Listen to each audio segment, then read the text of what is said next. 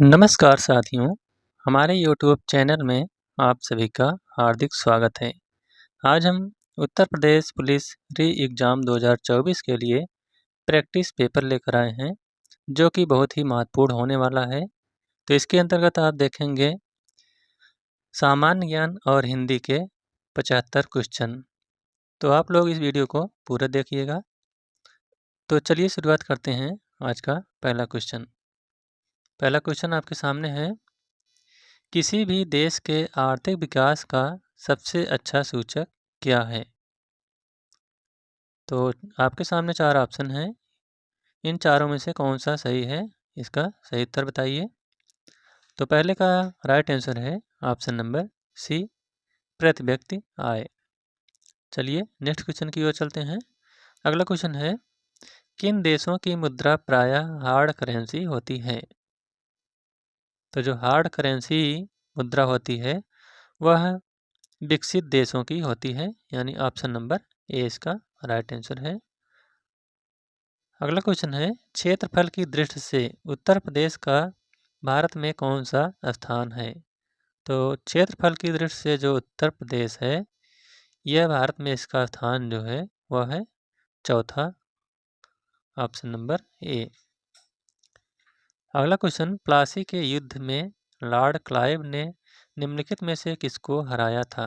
तो जो प्लासी का युद्ध हुआ था 1757 ईस्वी में, इसमें लॉर्ड क्लाइव ने किसको हराया था? सिराजुद्दौला को। ऑप्शन नंबर बी इसका राइट आंसर है। अगला क्वेश्चन है, निम्नलिखित में से किसे मसालों का प्रदेश कहा जाता है? तो जो मसालों का प्रदेश कहा जाता है वह है आपका ऑप्शन नंबर ए, केरल। केरल को मसालों का प्रदेश भी कहा जाता है। नेक्स्ट क्वेश्चन, कुतुब मीनार का निर्माण कार्य पूरा करवाने का श्रेय किसे दिया जाता है? तो जो कुतुब मीनार का निर्माण कार्य पूरा करवाने का श्रेय है, यह इल्तुतमिश को दिया जाता है, ऑप्शन नंबर बी। और शुरू करने का श्रेय जो है यह कुतुबुद्दीन ऐबक ने इसकी शुरुआत की थी।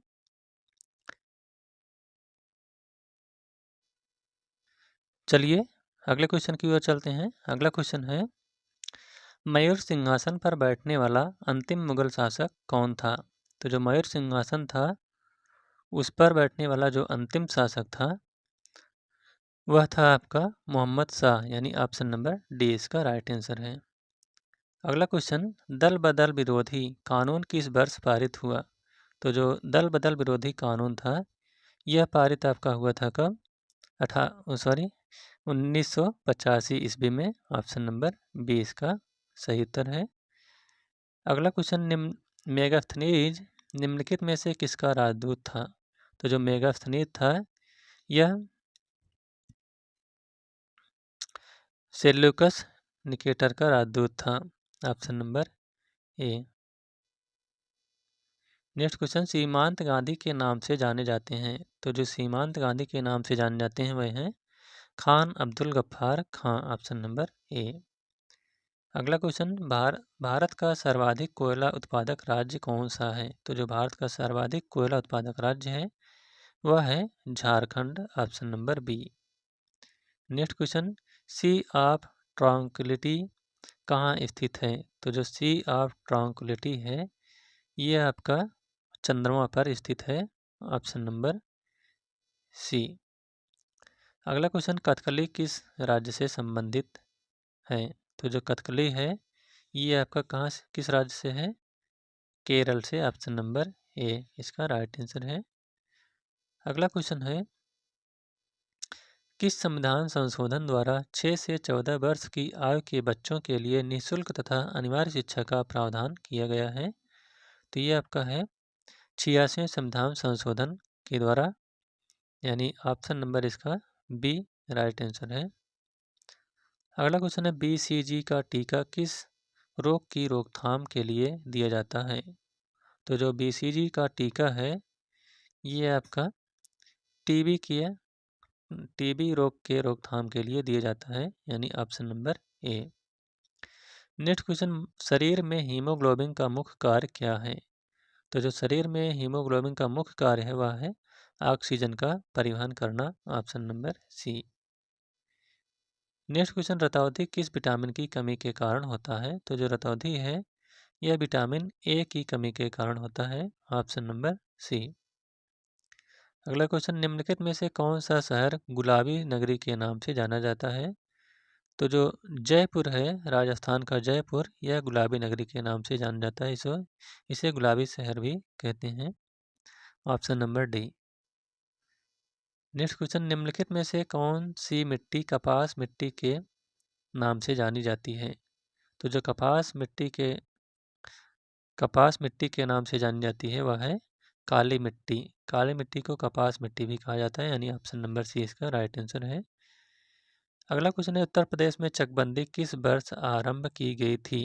तो जो उत्तर प्रदेश में चकबंदी की प्रक्रिया है इसका आरंभ 1954 ईस्वी से हुआ था। Option number B. Next question, Jawahar सुरंग स्थित है, यानी जवाहर सुरंग कहाँ पर स्थित है? तो 21 का राइट आंसर है option number D, Jammu Kashmir में। अगला question,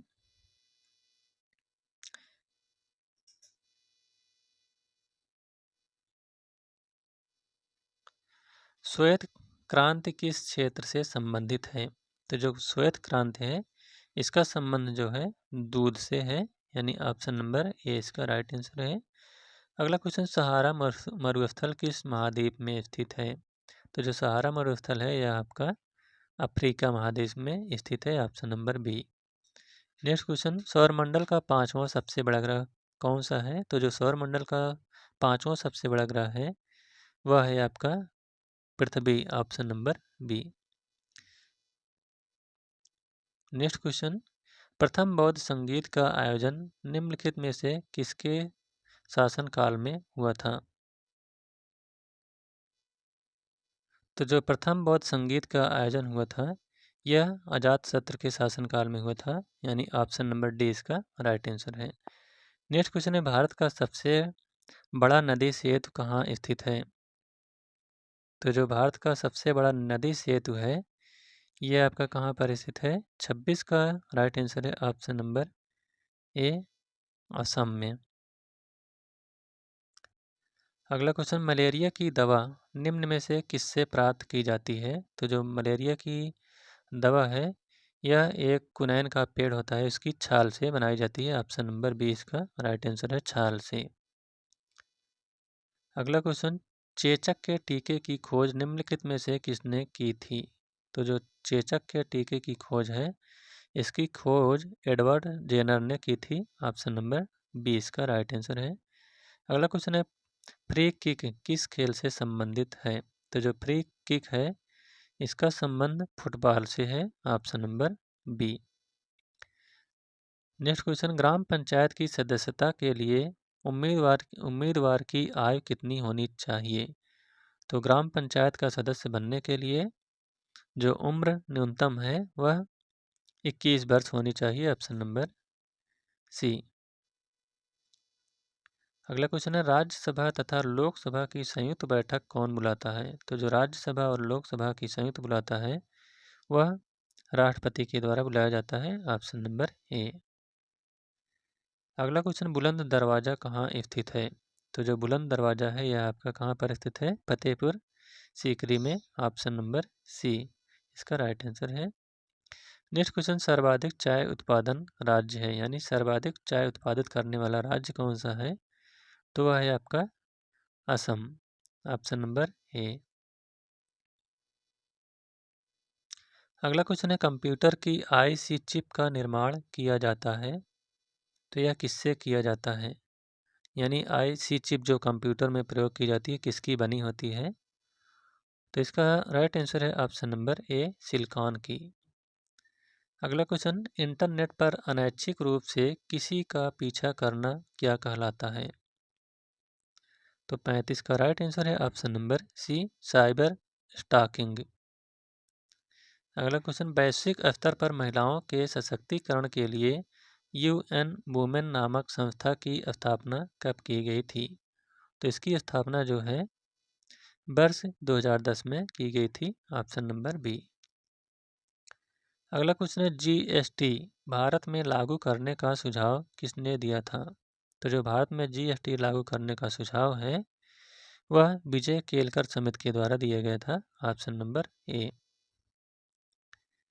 next question, electronic mail या ईमेल की शुरुआत कब हुई थी? तो जो ईमेल की शुरुआत हुई थी यह 1971 ईस्वी में हुई थी। Option number C. अगला क्वेश्चन है, भारत में हिंदी, अब यहाँ से हिंदी के क्वेश्चन शुरू हो जाते हैं। तो भारत में हिंदी की किस लिपि को संविधान में मान्यता दी गई है? तो जो भारतीय संविधान में हिंदी को लिपि की संज्ञा दी गई है वह है, मान्यता दी गई है देवनागरी लिपि को। Option number D. Next question है, प्रारंभ में दिल्ली के मुसलमानों ने हिंदी के रूप में किस बोली को अपनाया था? तो 40 का राइट आंसर है ऑप्शन नंबर सी, खड़ी बोली को। अगला क्वेश्चन, ए ऐ वर्ण क्या कहलाता है? तो जो ए ऐ वर्ण है ये आपका कंठ तालब कहलाता है। Option number D. Next question, Hindi भाषा में वह ध्वनियाँ कौन सी हैं जो दूसरी ध्वनियों की सहायता से बोली जाती हैं या लिखी जाती हैं? तो वह हैं आपके व्यंजन। Option number B. Next question, निम्नलिखित में से संयुक्त व्यंजन कौन सा है? तो आपको बताना है संयुक्त व्यंजन कौन सा है। तो जो ऑप्शन नंबर बी है ज्ञा, ये आपका संयुक्त व्यंजन है। यह जा और इया से मिलकर बनता है। अगला क्वेश्चन, बहुवचनांत पुल्लिंग शब्द कौन सा है? तो जो आंसू है ये आपका बहुवचन शब्द के अंतर्गत आता है। अगला क्वेश्चन है, शुद्ध वर्तनी वाला शब्द है। तो इसमें से जो शुद्ध वर्तनी आपका धोबिन लिखा है इसमें कौन सा सही है? तो 45 का सही उत्तर है ऑप्शन नंबर ए, धोबिन, यही आपका सही है। और ये तीनों जो हैं धोबनी, धोबिन, धोबनी, ये सब गलत हैं।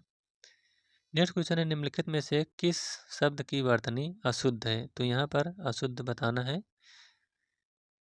तो जो इसमें से जागृत लिखा गया है ये आपका गलत है। जागृत ऐसे नहीं लिखा जाता है, जागृति, ये देखिए जागृति ऐसे लिखा जाता है, ये शुद्ध है जागृत का। अगला क्वेश्चन है, निम्नलिखित में से शुद्ध वर्तनी का शब्द है। तो जो ज्योत्सना दिया गया है इसमें से कौन सा ज्योत्सना सही है? तो जो 47 का ऑप्शन नंबर सी लिखा गया है ज्योत्सना, यही आपका सही है। और ये तीनों ज्योत्सना जो लिखे गए हैं ये सब गलत हैं। अगला क्वेश्चन है, तद्भव शब्द का चयन कीजिए। तो इसमें से जो तद्भव शब्द है वह है निडर, आपका तद्भव शब्द है। Option number B.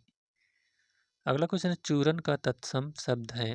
तो जो चूरन का तत्सम शब्द है वह है आपका चूड़। Option number B.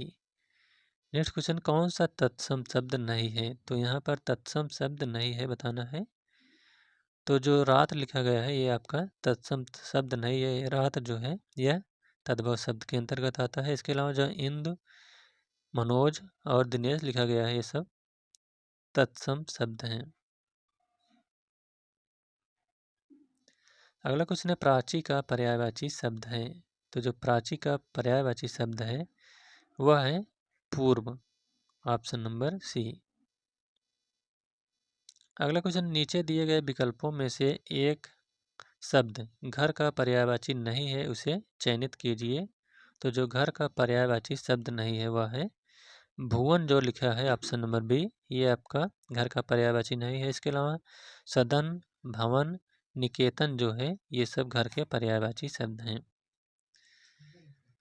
अब यहाँ पर 53 और 54 क्वेश्चन दिए गए हैं। दिए गए शब्दों के विलोम के लिए 4 विकल्प दिए गए हैं, उनमें उचित विकल्प का चयन कीजिए। तो जो तामसी का आपको विलोम बताना है, तामसी का विलोम क्या होगा? तो जो तामसी का विलोम है वह है सात्विक होता है। Option number D. अगला क्वेश्चन है, दुष्प्रवृत्ति। दुष्प्रवृत्ति का आपको विलोम बताना है। तो इसका विलोम है सद्वृत्ति। सद्वृत्ति, ऑप्शन नंबर डी। अगला क्वेश्चन है, जिस पेड़ के पत्ते झड़ गए हों वाक्य के लिए एक शब्द है। तो इसके लिए हम एक वाक्य का जो प्रयोग करते हैं वह है अपद, option number D. Next question, तैरने की इच्छा को कहते हैं, तो जो तैरने की इच्छा को कहते हैं वह है तितीर्षा, ऑप्शन नंबर बी। अगला क्वेश्चन, चंद्रमा, शंख, कपूर किस शब्द के अनेकार्थी शब्द हैं? तो जो चंद्रमा, शंख, कपूर हैं ये आपके अब्ज शब्द के अनेकार्थी शब्द हैं, ऑप्शन नंबर ए। अब यहाँ 58 और 59 क्वेश्चन दिए गए युग्म के लिए 4 विकल्प दिए गए हैं, सही विकल्प का चयन कीजिए। तो यथागत और तथागत, इसमें यथागत का क्या अर्थ है और तथागत का क्या अर्थ है आपको बताना है। तो इसमें यह बहुत पूछा जा रहा है क्वेश्चन। तो एक यथागत होता है मूर्ख और दूसरा तथागत होता है भगवान बुद्ध, यानी ऑप्शन नंबर ए इसका राइट आंसर है। अगला क्वेश्चन है सम और सम, दो सम लिखा गया है। तो एक सम का जो अर्थ है वह है आपका समान और दूसरे सम का अर्थ है संयम, यानी ऑप्शन नंबर बी इसका सही उत्तर है। अगला क्वेश्चन है साधु का स्त्रीलिंग शब्द है, तो जो साधु का स्त्रीलिंग शब्द है वह है आपका साध्वी होता है, ऑप्शन नंबर बी। अगला क्वेश्चन, राष्ट्र की भाववाचक संज्ञा है, तो जो राष्ट्र की भाववाचक संज्ञा है वह है राष्ट्रीयता, ऑप्शन नंबर डी। अगला क्वेश्चन है किस समूह में सभी सर्वनाम प्रश्नवाचक हैं? तो इसमें से जो सभी प्रश्नवाचक हैं वह हैं कौन, क्या और किसने, ऑप्शन नंबर ए। अगला क्वेश्चन है मैं काम से जा रहा हूँ, वाक्य में से का कारक है, तो इसमें से जो है आपको बताना है कौन सा कारक है। तो 63 का सही उत्तर है ऑप्शन नंबर बी, करण कारक है। अगला क्वेश्चन, कर्म कारक के लिए प्रयुक्त होने वाला चिन्ह है, तो कर्म के लिए जो प्रयुक्त कारक है वह है आपका को, option number D. Next question, निम्न में से कौन सा कथन सत्य नहीं है? तो इसमें से जो सत्य कथन नहीं है वही आपको बताना है। तो जो इसमें से संस्कृत में 3 वचन होते हैं, यह सही है। हिंदी में 2 वचन होते हैं, यह भी सही है। हिंदी में 2 लिंग होते हैं, यह भी सही है। लेकिन जो ऑप्शन नंबर डी है, संस्कृत में हिंदी की तरह 2 लिंग होते हैं, ये आपका गलत है। इस संस्कृत में स्त्रीलिंग, पुल्लिंग और नपुंसक लिंग यानी 3 लिंग होते हैं। अगला क्वेश्चन, जिसकी पूर्व से आशा कोई आशा ना हो वाक्यांश के लिए उपयुक्त शब्द होगा, शुद्ध होगा। तो इसका जो जिसकी पूर्व से कोई आशा ना हो उसके लिए एक शब्द का प्रयोग हम जो करते हैं वह है अप्रत्याशित, ऑप्शन नंबर डी। अगला क्वेश्चन, गुरु के समीप रहकर शिक्षा ग्रहण करने वाला के लिए एक शब्द है, तो उसे हम क्या कहते हैं? अंतेवासी, ऑप्शन नंबर सी। अगला क्वेश्चन, निम्नलिखित में से कौन सा शुद्ध वाक्य है? तो इसमें से शुद्ध वाक्य जो है वह है आपका नेताजी की मृत्यु क्षोभजनक है, यही आपका शुद्ध है। और जो तीनों लिखा गया है तुम्हारे से कोई काम नहीं हो सकता, ये गलत है। फलों का विक्रेता मुझे प्रतिदिन फल दे जाता है, ये भी गलत है। दिन भर वह कड़े परिश्रम करता है, यह भी गलत है। अगला क्वेश्चन है उड़ती चिड़िया के पंख गिनना मुहावरे का सही अर्थ है। तो जो उड़ती चिड़िया के पंख गिनने का मुहावरे का सही अर्थ है वह है असंभव कार्य करना, ऑप्शन नंबर डी। अगला क्वेश्चन है शांत रस का अस्थायी भाव क्या है? तो यह भी क्वेश्चन पूछा जा रहा है, एक अस्थायी भाव जरूर। तो जो शांत रस का अस्थायी भाव है वह होता है निर्वेद, ऑप्शन नंबर डी। अब यहाँ 71 से लेकर 75 तक गद्यांश दिया गया है, तो इसको ध्यानपूर्वक पढ़िए और नीचे क्वेश्चन दिए गए हैं उनमें से उत्तर को छांटिए कौन सा सही है। तो चलिए गद्यांश यहाँ देख लीजिए। भारत के अनेक प्रधानमंत्री हुए लेकिन जब हम उन्हीं में से एक ऐसे व्यक्ति की बात करते हैं जिसमें सच्चे देशभक्त के सभी गुण विद्यमान थे, तो वो सीना गर्व से फूल जाता है। जी हाँ, हम बात कर रहे हैं लाल बहादुर शास्त्री जी की। शास्त्री जी का जन्म बहुत ही साधारण परिवार में हुआ था। बचपन अत्यंत ही निर्धनता एवं कष्ट में बीता। जिस समय वह भारत के प्रधानमंत्री बने, उस समय देश के सामने असंख्य समस्याएं मुंह खोले खड़ी थीं, लेकिन उन्होंने बड़े धैर्य के साथ सभी का सामना किया। उस समय अमेरिका से गेहूं का आयात किया जाता था। अमेरिका इस बात के लिए मनमानी शर्तें रखता था, जो कि शास्त्री जी को पसंद नहीं थी। उन्होंने देशवासियों को संदेश दिया कि पेट पर रस्सी बांधो, साग सब्जी ज़्यादा खाओ, सप्ताह में एक दिन का उपवास रखो, बेइज्जती की रोटी से इज्जत की मौत ज़्यादा अच्छी है। प्रधानमंत्री पद पर होते हुए भी उनके पास अपना कोई निजी घर नहीं था। उन्होंने देश के जवानों और किसानों के महत्व को पहचानते हुए जय जवान जय किसान का नारा दिया। वह एक अनकरणी नेता थे। तो ये आपका गद्यांश है। तो इसमें से क्वेश्चन पूछे गए हैं कुछ नीचे।